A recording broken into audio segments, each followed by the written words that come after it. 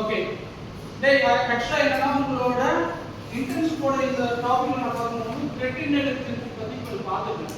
So threading பத்தி நம்ம already ப்ரீவியஸா ஒரு கிளாஸ்ல நம்ம பார்த்துருக்கோம், ஒரு சப்ஜெக்டாவே பார்த்துருக்கோமா இல்லையா? என்ன சப்ஜெக்ட் பார்த்தோம்? சப்ஜெக்ட்ல நம்ம அதை சப்ஜெக்ட்லயே பார்த்தோம் ஃபுல்லாவே. ஸோ அந்த ஓரியன்டா தான் நீங்க எல்லாமே ரெடி பண்ணிருக்கீங்க. அதை வந்து இன்டீப்பா நீங்க வந்து இண்டஸ்ட்ரியில நிறைய தெரிஞ்சிருப்பீங்க. ஸோ அதை பத்தி கொஞ்சம் இங்க ஷேர் பண்ண போகுது. மோஸ்ட்லி த்ரெட்டிங் வந்து எதுலெல்லாம் பண்றாங்க அதை மட்டும் சொல்லுங்க. அதுல தான் நமக்கு தெரிஞ்ச த்ரெட்டிங் இது மெட்டாலஜிஸ்னா என்ன எது இருக்கானே தெரியல. இது நம்ம நிறைய படிச்சிருந்தோம், ஃபிஷிங் படிச்சிருந்தோம், எல்லாம் நிறைய படிச்சிருந்தோம். அட்டாக் என்னன்னா அட்டாக் இருக்கு, அது கூட சொல்லுங்க. ஓகே வேற ஃபயர்வால் வேற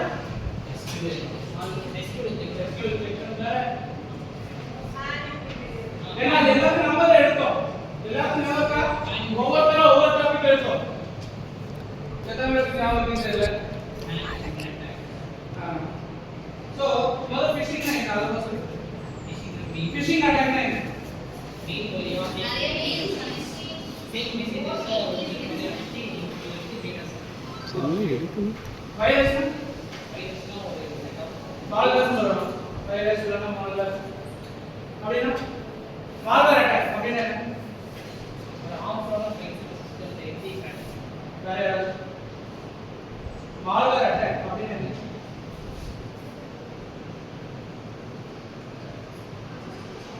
ஐடியா ரைட் ஆர் ராங் எதுனாலும் சொல்லலாம். இந்த சிஸ்டம்ல சாஃப்ட்வேர் எல்லாம் சொல்லுங்க. சாஃப்ட்வேர் எல்லாம் நீங்க அது வெப்சைட்ல பண்ணி சாஃப்ட்வேர் டவுன்லோட் பண்ணா டேட்டா கிராஷ் அந்த மாதிரி சொல்றோம். இன் கேஸ் நீ ஏதோ சாஃப்ட்வேர் இன்ஸ்டால் பண்ற அந்த மாதிரி இருந்துச்சுன்னா அதுல வைரஸ் இருந்தாலும் தெரியாது, ஆனா இன்ஸ்டால் பண்ணதுக்கு அப்புறம் ஃபுல்லா கிராஷ் ஆகும். அப்படி கிராஷ் ஆனதுக்கு அப்புறம் அதை சொல்லுவோம் மால்வேர் அட்டாக்னு சொல்லுவோம். பிகாஸ் அது வந்து ஒரு சாஃப்ட்வேரோடயே வருது. நம்ம லேப்ல இல்ல சிஸ்டம்ல வந்து ஆன்டிவைரஸ் போடுவோம். ஏன்? என்ன ரீசன்? ஆன்டிவைரஸோட ப்ராப்பர் ப்ரொசீஜர் என்ன?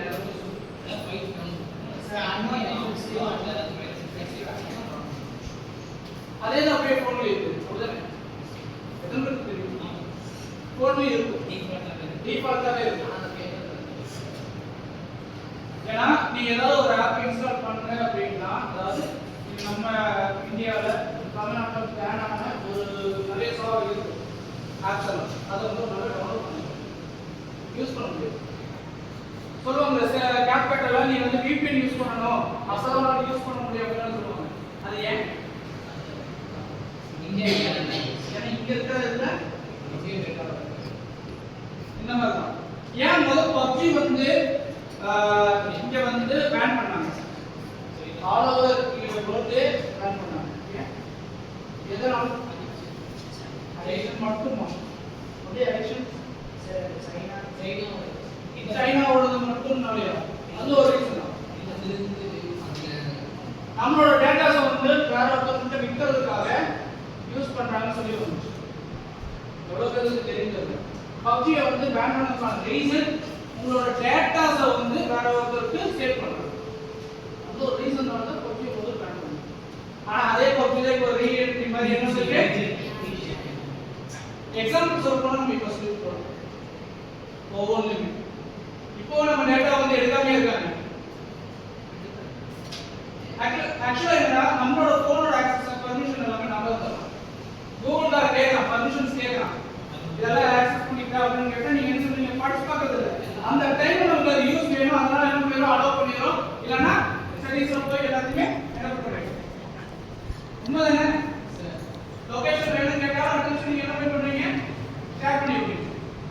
ஸோ கூகுள் காரனுக்கு உனக்கு என்ன பண்ணுற, என்ன சாப்பிட பிடிக்கும், எங்க போகணும் உனக்கு பிடிக்கும், எல்லா டீட்டெயிலும் உனக்கு தெரியும்.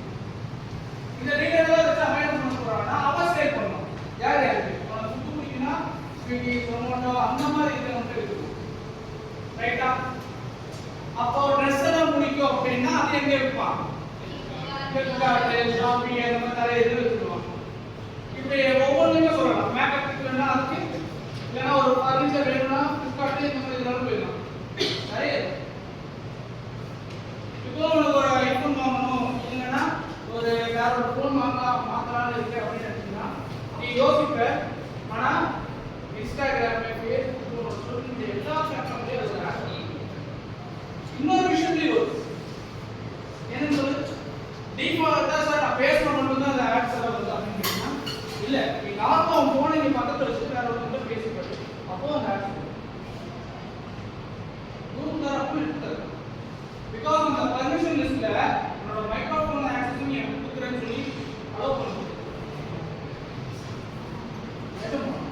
அதனால தான் டிஃபால்ட் நீ எங்க வச்சிருந்தாலுமே அதை ஆக்சஸ் எடுத்துறாங்க. சும்மா போன வந்து வீட்டுல பேசுவோம், அப்பா அம்மா கிட்ட கூட நான் போன எனக்கு வாங்கி தான் பேசுவேன், அப்பா மட்டும் தான் பேசிப்போம், ஒன்று கூட இல்லை. அப்புறம் இப்படி அதோட ஆப்ஸ் வருது. என்னங்க யோசிச்சிருக்கீங்க? வெளியே இல்லை, இது எல்லாமே டேட்டா சென்டர். ஸோ எனக்கு நான் இப்போ சொல்லியிருக்கேன், உங்க சைட்ல இருந்து கொஞ்சம் யாராவது ஒரு 4 பேர் வந்து அதை பற்றி கொஞ்சம் சொல்லுங்க ப்ளீஸ். எப்பவுமே நம்ம ஸ்டேஜ் வந்து இங்கே எப்போ ஒவ்வொரு இல்லை அந்த இருந்து சொல்ல போகிறதுனால எனக்கு அந்த இதே சொல்லுங்க.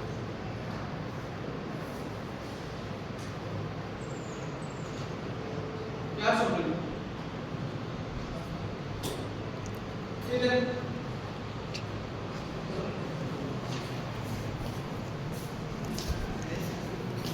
ரெண்டு பத்தி சொல்லுங்க. அதுல நான் ஆல்ரெடி மால்வேர் அட்டாக் நிறைய சொல்லியிருக்கேன், அதுல ஒரு அட்டாக் பத்தி கூட பேசுவேன். சார் அதில் ஒரு அட்டாக்னா மேனேஜ்மெண்ட் அட்டாக். ஆனால் கம்பெனிஸில் வந்து அத்தாரிட்டிஸ் வந்து அவங்களோட பிளான் ஐடியா ஒரு என்ன சொல்கிறோம்னா அவங்களோட ப்ராடக்டோட இம்ப்ளிமெண்ட்ஸ்லாம் தனியாக வச்சுருப்பாங்க. அதில் வந்து எல்லாருக்கும் ஆக்சஸ் பண்ணுறதுனால ஈஸியாக வெளியே இன்க்ளூட் பண்ணிட்டு கம்பெனி சீக்ரெட்லாம் வெளியே விட்டு அதுக்கும் அமௌண்ட் டிமாண்ட் பண்ணுவாங்க. அடுத்தது சந்தனா, மால்வேர் அட்டாக் எவ்வளவோ சொல்லியிருக்கோம். ஸோ அதில் ஏதாவது உனக்கு தெரிஞ்ச அட்டாக் பற்றி கொஞ்சம் சொல்லு.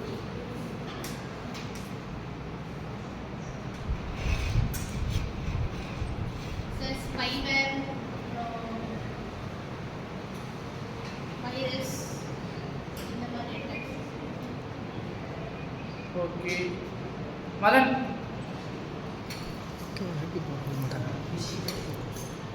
ஃபிஷிங் அப்படின்னா ஒரு மெயில் இல்லைனா மெசேஜ் மூலமா வந்துட்டு நமக்கு ஒரு ஏதாச்சும் அனுப்பிடுவாங்க.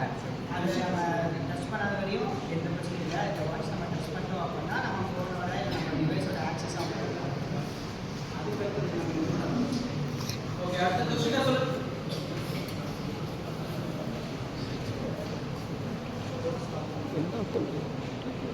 ஏதாவது அட்டாக் பற்றி சொல்லுங்க. சார் இப்போ இந்த வைரஸ், ட்ரான்சம்வேர், ட்ராஜன்ஸ் இது எல்லாமே வந்து மால்வேர் அட்டாக் ஆகுது. இது வந்து ஒரு வைரஸ், அது வந்து நம்மளோட சாஃப்ட்வேர், இந்த சாஃப்ட்வேர் அப்ளிகேஷன் இது எல்லாத்தையும் வந்து டேமேஜ் பண்ணும். ஓகே. ஸோ உங்களுக்கு தெரிஞ்ச எல்லா அட்டாக் பற்றியுமே சொல்லியிருக்கீங்க. ஸோ சந்தோஷம். ப்ரீவியஸாக உண்மையிலே பிசிஎஸ் இன்னும் கொஞ்சம் ஞாபகம் இருக்குதுன்னு எனக்கு சந்தோஷமாக இருக்குது. So thank you. Thank you sir.